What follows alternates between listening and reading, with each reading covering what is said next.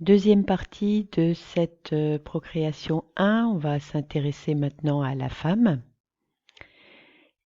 et donc dans un premier temps à son appareil génital. Je vous invite ici aussi à aller voir le document Canopée Corpus. Vous y trouverez donc l'appareil génital et je vous ai mis un appareil génital de face et de profil à noter pour que vous ayez tous les éléments.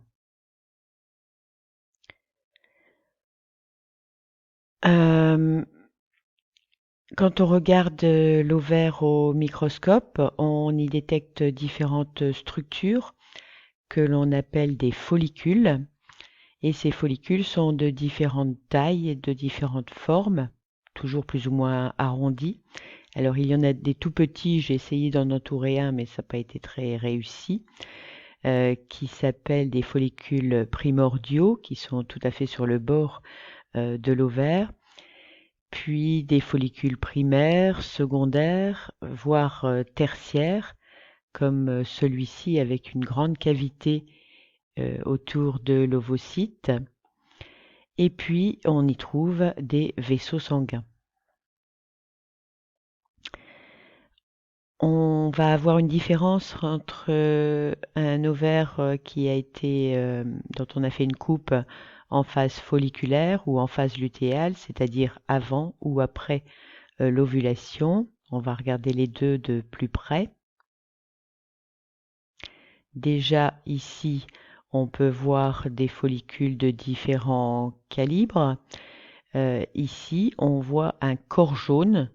Alors évidemment, on utilise un colorant rouge, donc il n'est plus jaune, enfin un colorant rouge rosé, mais il a une structure différente de ce qui l'environne. Par contre, on retrouve toujours les autres stades également, mais pas de follicules mûrs. Alors ici, on est en phase folliculaire et on observe au grossissement 40. Donc vous pouvez repérer différents follicules, un très gros ici quasiment mûr, des tout petits là avec une couche de cellules folliculaires, c'est ce qu'on appelle des follicules primaires, et puis des follicules primordiaux, c'est-à-dire qui n'ont même pas une couche de cellules folliculaires pour les entourer.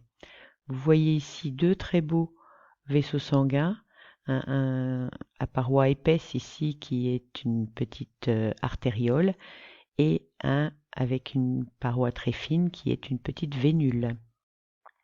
Vous trouvez d'autres follicules, alors celui-ci est un follicule cavitaire mais qui a encore de nombreuses cavités qui ne sont pas encore réunies en une seule.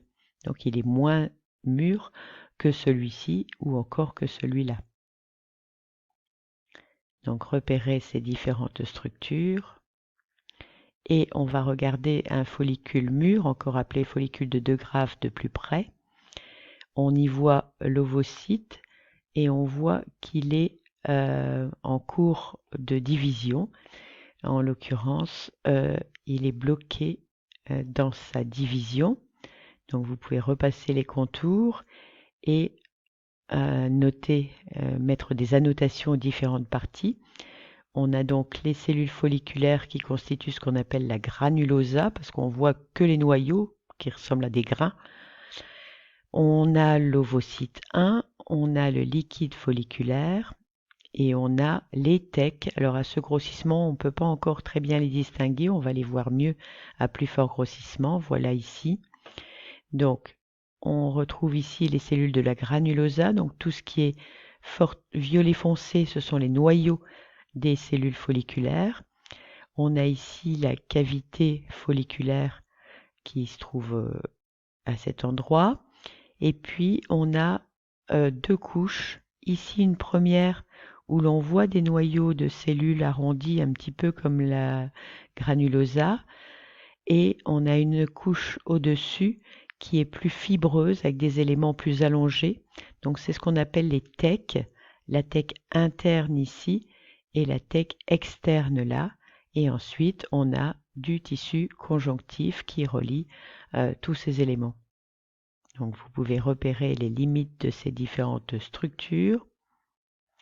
et les annoter, donc le tissu conjonctif, la thèque externe fibreuse, la thèque interne glandulaire qui synthétise les hormones et les cellules folliculaires de la granulosa et enfin le liquide folliculaire.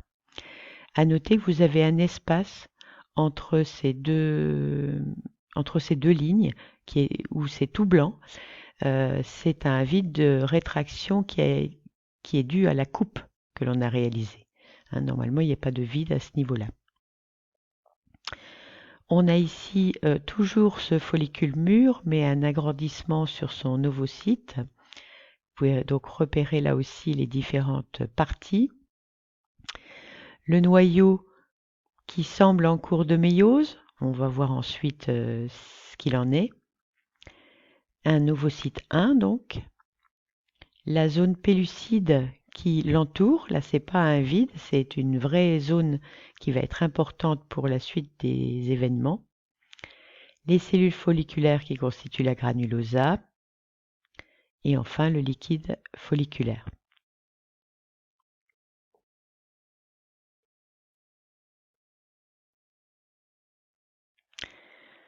On a ici l'ovaire en phase lutéale cette fois et vous voyez bien cette structure qui est différente de ce qui l'entoure mais qui possède aussi des thèques. On voit bien la thèque fibreuse qui l'entoure. Donc repérez ce corps jaune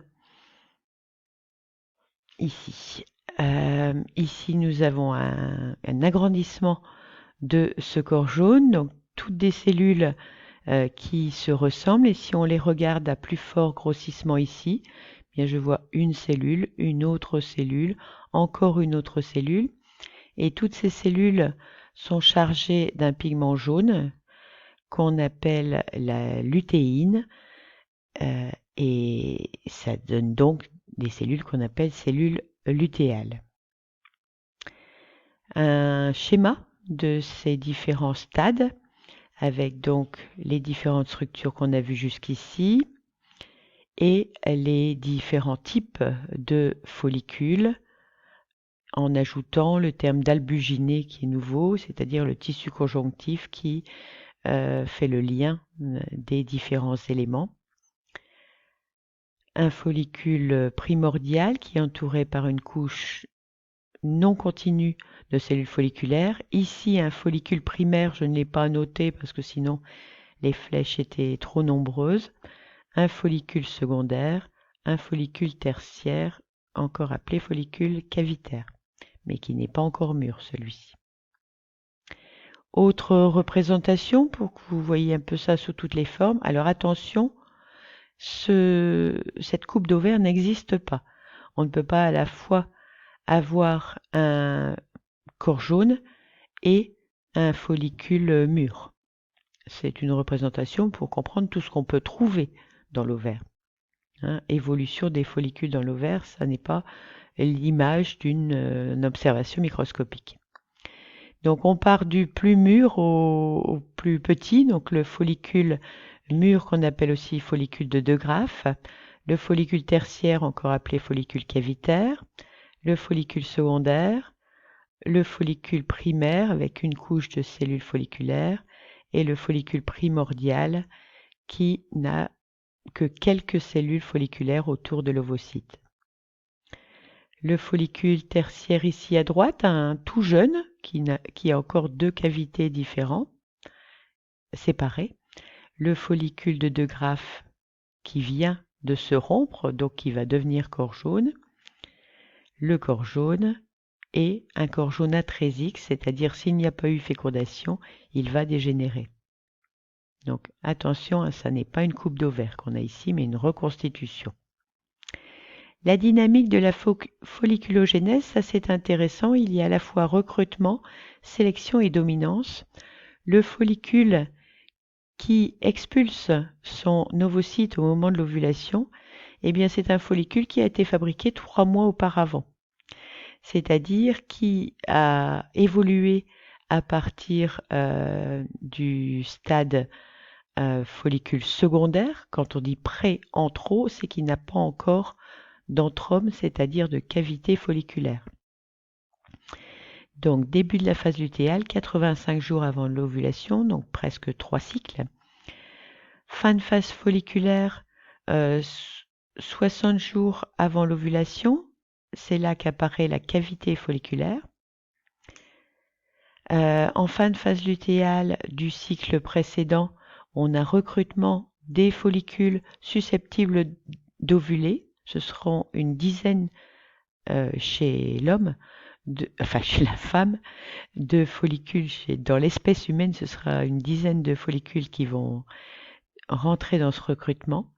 Début de la phase folliculaire, il y a sélection d'un seul follicule, qu'on va appeler le follicule dominant, en principe, sauf si des jumeaux se profilent. Et fin de phase folliculaire, eh bien, on a l'évolution du follicule dominant jusqu'à l'ovulation, follicule de De Graaf. Ici, on a un tableau qui présente l'épuisement des réserves de follicules, puisque il n'y a pas de renouvellement, contrairement à ce qui se passe chez l'homme, et on a donc un épuisement, que l'on peut dire constant et régulier, de la réserve des follicules. À la naissance, un bébé fille a 500 000 follicules primordiaux par ovaire. À 20 ans, elle n'en a déjà plus que 100 000. À 40 ans, 10 000. À 45 ans, une centaine, voire plus. Et c'est l'origine de la ménopause. On a aussi une diminution progressive du nombre de follicules qui entrent en croissance. Grand C, les étapes de l'ovogénèse. Eh bien, on a une méiose qui va être interrompue chez la femme, contrairement à ce qui se passe chez l'homme où ça se fait sans arrêt. Vous avez ici des chiffres intéressants sur le nombre d'ovocytes. Donc, à la naissance, la petite fille a 1 million de follicules alors qu'elle en avait 7 millions à 7 mois de grossesse. Donc, il y a déjà une division par 7. Et puis à la puberté, elle n'en a plus que 400 000, c'est-à-dire ça a été encore divisé par plus que 2. Les ovocytes 1, donc il y a une dégénérescence importante à ce niveau-là. Les ovocytes 1 sont dans les follicules primordiaux. Je posais tout à l'heure la question, ils ont 2 N chromosomes. Le follicule cavitaire privilégié dont on vient de parler, le follicule de De Graaf, eh bien, contient toujours un ovocyte 1 à 2 N chromosomes, et là va débuter la méiose, mais pour s'arrêter en prophase de première division. Il y a formation non pas de 2 cellules identiques comme chez l'homme, mais émission d'un globule polaire, c'est-à-dire une toute petite partie du cytoplasme, et l'autre partie qui reste grande, c'est l'ovocyte. Ceci pour constituer une grosse cellule pleine de réserves. Donc deuxième division qui se bloque en métaphase 2, et ce ne sera qu'au moment de la fécondation que la méiose se terminera. Autre représentation ici où vous voyez un rappel, c'est le pic de Bell H qui déclenche l'ovulation. Donc l'ovulation correspond au début de la méiose, métaphase 2, émission du premier globule polaire, donc première division de méiose qui se termine et blocage en métaphase 2, et c'est la fécondation qui terminera la méiose avec l'émission du deuxième globule polaire. Notez ici le terme de pronucléus que l'on reverra par la suite. Pour terminer, comparaison de la méiose mâle et de la méiose femelle, je vous ai déjà donné les éléments essentiels. Donc ici, on forme 4 cellules identiques entre elles. Ici, des cellules très disproportionnées, puisque ce qui nous intéresse, c'est avoir une quantité d'ADN de N chromosomes, mais par contre, au niveau du cytoplasme, je dirais la majorité est conservée pour l'ovocyte. Je vais m'arrêter ici parce que c'est trop court pour la vidéo. Se grander dans la vidéo suivante.